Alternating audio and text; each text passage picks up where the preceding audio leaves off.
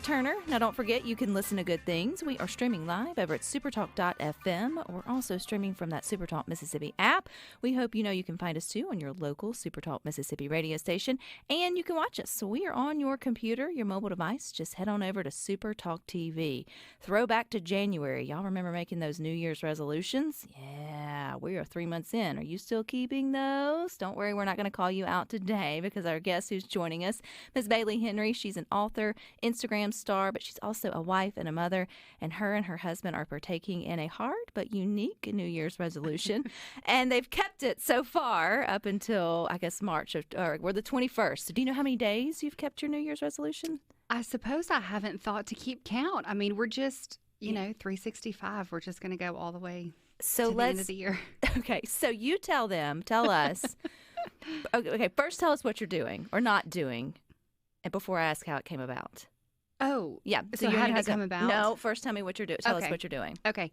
So we are cooking every meal at home for an entire year. No takeout, no restaurants, no drive-through, no pickup, no gas station, no nothing. No joy. No, I'm just kidding. No happiness, no nothing. So I remember when you came out, you made one of your first Instagram posts at the top of the year sort of saying this, and instantly going to the comments. First, I was intrigued because I can think of a few reasons why one might want to do this. You'll be able to share why y'all came to this. But going to the comments, the first thing, which I was going there to say, why a year? Like, why not 3 months? Why not 6 months? Why not, just a few weeks? Why not just dry January from the takeout line? But you guys from the start said to 2024, the entire 365. Yeah. Why was that intentional? Well, we're very dramatic, obviously. No. Because my husband and I can talk ourselves in and out of anything. We're really good salespeople to each other when it comes to, an idea. And so I figured if we only say the first 6 months, I didn't know if we were actually going to make it the full 6 months, right? Because we would find Easter, or Valentine's Day, we would find any little excuse, and I don't know if we would make it that full 6 months. So if we draw a hard line in that sand and we know not to cross it, then we've got to stick to our guns. And a year is really the only way for us to really do something. Yeah, and make an impact and sort of see it. Okay, let's go back to 2023. Mm-hmm.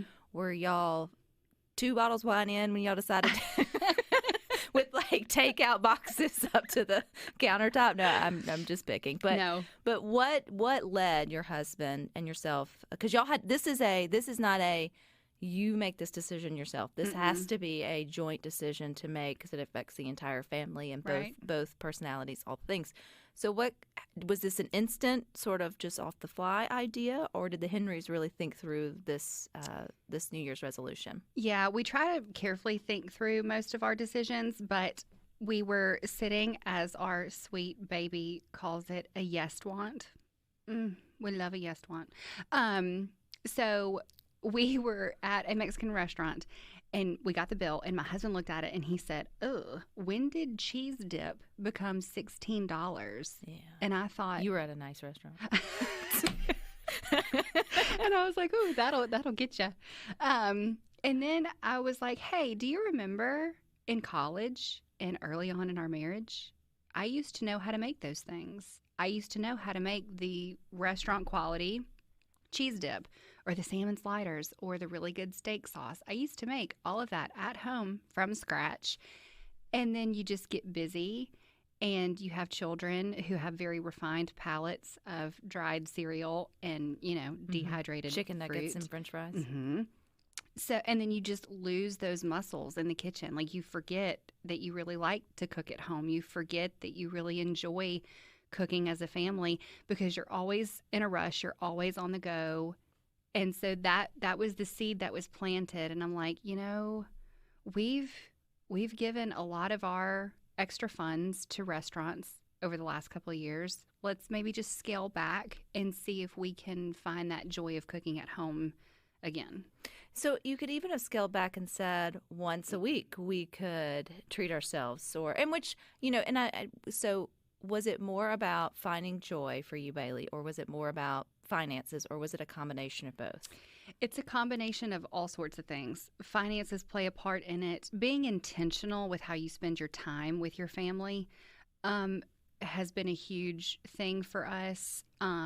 Health reasons, diet reasons, and challenges. We really do love a challenge. We really do. So just Did you bring this to you and did you bring this to your husband, or did y'all both kind of come up with it together? I can't really remember. I think I might have. I feel like it was you. Yeah, it was probably me. Yeah. He probably would have been like, never met a man, but I'm gonna feel I got one, married one for 17 years. We could sure save money, scale back, but let's leave a little bit for the quick or the easy or the steak night or sort of whatever it may be. So did you consult your son at all? I know he's young, but I mean, bless him. I mean, does he realize he's not going to get a Happy Meal or? We don't do Happy Meals. We don't do a lot of fast food. We prior to the challenge. Yeah, no, we didn't. He is kind of a picky eater, so I'm hoping to really kind of explore showing him what we cook, getting him involved, and then maybe he'll be excited to eat it. Yeah. So when last year of 2020, was it December, like November, or like December the 30th and then the 31st, you made your decision? Like, how far in advance did this linger? I'm asking, like, how many restaurants did y'all binge before the first came? You know me very well. Yes. So I think this was late November, early December, before the holidays. And we worked backwards from the New Year calendar, and we're like, okay, so where do we want our last date night to be? Aplos, Greek, yes, that. And then before that, I'm like, okay, we need to take our son to the Mexican restaurant that he loves so much, and then we'll work backwards, and then we want to get our barbecue in and all that stuff. And then the whole time I'm kind of taking notes. I'm like, okay, so we love Mexican food. We love Greek food. We love just kind of putting that in the back of my mind. I'm like, okay, what do I need to challenge myself with cooking at home? So then you could go ahead and make your menus, because this is going to be a totally different lifestyle change for you guys once the calendar sort of switched, which is actually a good question for like all of us to ponder. If you had to give up of eating out for a year, like where would be that last meal that you would choose to dine out from? Like, would it be takeout? Would it be like somewhere that you would sit in? Like my mind, I'd have to think about it. Like, like where would that last sort of, we always think about what would your last meal be, but when you think about where it would come from in terms of like a favorite restaurant or so, that really starts to make my palms sweat. But that's okay, though, because I think, as you mentioned, this is a challenge, and it's become so a part of our culture, particularly for families, to lean heavy into takeout, and not just the quality meals that you can find at your restaurants, but also the fast food, the quick service, and all that, just because of time. Someone mentioned on the text line, Bailey said, how my kids play travel ball, we would starve and laughing. And so, obviously this challenge is not for everybody, but what I love about it, and I find I'm just fascinated by it, is you also have a platform with your Instagram. Thousands of people follow you, and so they're also looking to you to see how this impacts, your family. So we're 3 months in. What was the first thing you cooked January 1st? Oh my gosh. Well, I guess the traditional New Year's, pork, black-eyed peas, and cabbage. That was easy. And then I didn't want to put too much pressure on ourselves at first, so I'm like, let's just stick to the normal stuff until we get our feet under us. We love spaghetti. We love tacos. We love something called bar sandwiches, where it's like you just do really good, like bread, a fried egg, meat and cheese with homemade honey mustard sauce. We eat that a lot. So just stuff like that. And I know that like with travel ball, it's not great for a lot of people, but I have never felt more motherly or proud of myself. We took a day road trip to see some family in Louisiana, and I packed everything that we needed that we would have gotten, at a drive-through gas station. Like, I made sandwiches, and I put it in an ice chest, and I got my little cheese cubes and the grapes and all the things, and I was just handing our son snacks through the bag. We love a fruit pouch. Throw that back there, I've shared this story plenty of times here on Good Things, but that just reminds me, that's the way I grew up. When we would travel, Mom packed the cooler, and we would stop at the visitor centers wherever we were going, not gas stations, but visitor centers, where they had the little picnic area. And I have full-on memories, her pulling out that igloo red with the white checker top ice chest, opening it up, and pretty much having like a Subway buffet I out, love it. building your sandwiches, packing everything back up, and sort of going. And so, yes, absolutely fond memories of that. Me didn't really translate so well for me as a mom. You can do And it. that's okay. It's not about what's right or wrong. It's just about what your family is trying to do, Bailey. So we got more with Bailey Henry coming up next.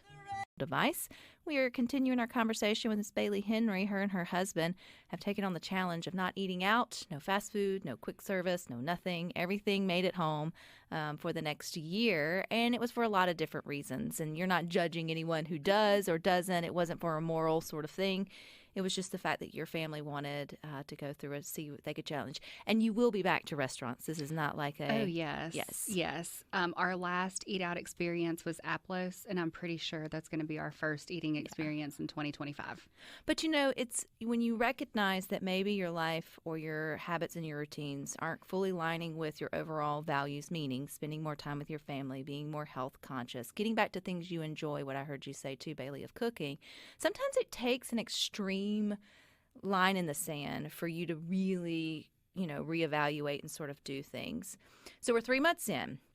What are some of the biggest takeaways? I guess some of the things that have brought you the most joy, and then what are some of the biggest roadblocks? Because there had to have been days where, man, it sure would have been nice just to go get that Little Caesars hot and ready, even though that's the only thing that's good about it is that it's hot and that it's ready. But still, we've all done it. So, yeah.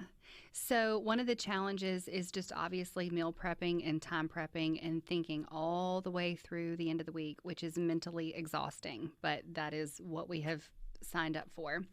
And at the end of every month so far, I share on Instagram my takeaways for the month of not, you know, eating out. And no lesson so far has had anything actually to do with food. You know, January's lesson was we are living in such a time that's influenced by social media. Everything needs to deeply satisfy. It needs to be a beautiful Instagram meal. It needs to be a cute smoothie that you can take a picture with. That's not true. That's a lie. If all you can do that day is a cold turkey sandwich and a handful of almonds to get you until you get home so you don't faint or get a headache, then do that. That's perfectly fine. And certainly my lesson for March will be unorganization leads to overspending. Organize your pantry or you will buy $400 worth of crackers that you don't need because they were shoved in the bag behind the paper towels. So that's funny that you mentioned that because a lot of times, and that is true, like if you eat out every meal, like I will say one place I am pretty frugal, if you know me, is I bring my lunch every single day of something, like I don't let food waste. And because those of you who do eat out lunch every day, I'm like, how do you pay your mortgage? Because it just adds up. It does. It doesn't mean I don't have lunch dates with friends. It's just that's kind of like what I've always been a stickler sort of with that in terms of a frugal way. But you can also end up overspending if you get too ambitious with your weeknight meals or what you think or what you don't know that you sort of have. So you can end up not saving money if you overbuy at the grocery store by being unorganized than if you would have went and ate out. Maybe not $16 cheese dip, but but just more of the quick sort of service kind of things. Are you slowly finding a system though? Like, has that been the painful growing pains is finding the system, Bailey, that works for your family? A little bit, but I was very intentional in the last week or so to watch the clock of how we spend our time when we're at home. And I, you know, kind of when I was growing up, the mentality was the kids go entertain themselves, go play your own games, watch your own TV show while the parents cook and clean and meal prep and all that kind of stuff. And you think it saves you a bunch of time because adults can work faster and move faster and they're better with knives and obviously. But if you just take 4 extra minutes total and bring your kids in, that's one humbling lesson that I have learned is I'm not as rushed as I think I am. Rushed is kind of a self-important I can do it better than anybody else in my household kind of thing. And my husband and I love to cook together. We always have. And now that we have a child, watching him learn and explore and stretch those little muscles and help me stir the pot or whatever it may be, just slowing down has been the biggest lesson and, you know, stumbling block. In that way. I think slowing down is probably part of our cultural problem to just eating more meals sort of at home. I mean, I'm absolutely guilty for that. If you saw my afternoon schedule, some days from leaving work, it's like my little car is on this wild, up down all around sort of design or maze of all the places you have to go. And at some point, that's some point we've just accepted that. And some point, if we want change, we're going to have to push back on it. And if you accept the lifestyle that you have, you've accepted it, and there's nothing wrong. But I think if you yearn for a few more meals at home or saving a little bit more money or whatever, then you were showing us, Bailey, that we can make room for more of that quality time. Yeah, I think so. And I hope that's what people take away from it. Like my Instagram platform, it is not a food page. I am not a chef by any stretch of the imagination. And I've been honest about things. Like I posted something the other day. Oh gosh, shrimp and grits. I was making shrimp and grits and I went to put in the last little bit of Parmesan cheese and I didn't look at the bottom of the bag and it had mold in it. And I ruined the entire dish. But I think just like taking time and stretching those muscles and remembering what it's like because I don't want my family to make memories of a drive-through. And that might sound like really judgy, but that's what we were about to do, and I wanted my son to have more memories of like helping me in the kitchen, even if it turns out bad, even if I put moldy cheese in a dish and had to throw the whole thing away. Oh, I was so ate that dish. Would you? Absolutely. If the top cheese was fine, and like if I would have poured all the moldy in there and didn't realize it. Oh no. Yeah, I poured the mold in there. Oh, okay. Yeah. Oh no, yeah. Now, if I could have rescued the mold, then we probably would have still ate them shrimp. I mean, were the shrimp ruined? Because I'm just the shrimp was not ruined. It was the sauce and the grits. Okay, so yeah. we had shrimp with something else. We had plain shrimp with a side of bad attitude because I was very, very mad about that. Well, I mean, I think, and I speak because what you're doing is not my lifestyle, and that's why I find your story so fascinating, Bailey, because there's a part of me that does yearn for that, because those who are parents now, and we're in our 40s or maybe you're a little younger, you grew up with parents who cooked. Like, we didn't have this every meal out or all the time leaning on takeout or whatever, and we've kind of just, without intentional, it just accidentally happened. We accidentally just sort of wound up here. Mm-hmm. And now we don't know what to do. Like, we don't know how to sort of undo it because it's become kind of what we do, if that makes sense. Right. Because it's daunting, even for me, with the education and all that I have, thinking about every meal in a week home is very overwhelming. In 1 week. I know. not 52. But we also utilize our time out for Sunday after church or Friday nights. And so I know you kept saying date night a couple times, Bailey. So how have you and your husband made time? Because obviously date nights usually include dinner and movie or just going out to eat and shopping or whatever it may be. It's a way, mm-hmm. right? So how have y'all been able to still incorporate your special time together without going to your favorite restaurants? So I started this thing called Foodless Date Nights, and we've only done one so far. And we went to go play Mahjong. Mm-hmm. I don't know if you're familiar with that, and then I think in a couple of weeks we're going to go to the art museum and axe throwing, just fun date nights to get out of the house that don't have anything to do with food. You can eat before you leave or eat when you get back, and it's kind of, counterculture. It's a little boring, but I think that'll be so much better than two tired parents sitting across from each other with a $16 cheese dip talking about how much they miss their kids. I would so much rather go learn something new with my husband or go look at art or go shopping or something, anything, than just sitting there, just kind of mm-hmm. getting out of the box a little bit. Has he at all been like, please, Bailey, just this one time? My husband would be, and I go ahead and tell you, I know my husband like a book. I can read him like a book. He would be off. You could find contraband in his truck from fascinating somewhere. He would probably end up caving and just trying not to tell me to hurt my feelings. Well, thank you for planting that seed. I will be looking through a Ford F-150 as soon as I get home. Kyle Henry, this is your chance to clean out anything out of the truck. You're going to find a stale French fry. You're going to find some kind of contraband or whatever. That's funny. No, I don't think so. But I will say, I will brag on him for a minute. That was one of the big questions that I got on social media when I first said that we won't be eating out for an entire year. the number one question was, but what about date night or birthdays or special occasions, anything like that? My husband, I have never paid money at a restaurant for a steak anything better than what he can do at home. He's a really, really fantastic grill master. So I would rather go to like the Flora Butcher, get a really good cut of meat and have him do it at home. And if you've got questions on menu planning or recipes or anything of that nature, let us know for Bailey, 601-879-4395. We got more clear. You can always find us too on that local SuperTalk Mississippi radio station. And don't forget, you can watch us. We are on your computer, your mobile device. Just head on over to SuperTalk TV. We're continuing our conversation with Miss Bailey Henry. If you're just tuning in, her and her husband have gone on this wild, challenge for the next 365 days. Well, y'all are some 90 days into it now-ish.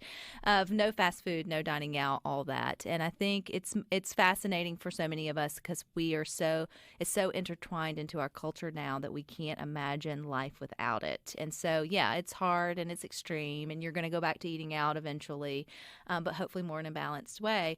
But what you're doing is disrupting our thinking, and that's what I appreciate about it. And you're using your platform to kind of bring awareness to maybe how much families are on the rush or missing out on opportunities to cook. You obviously, Bailey, had some kind of,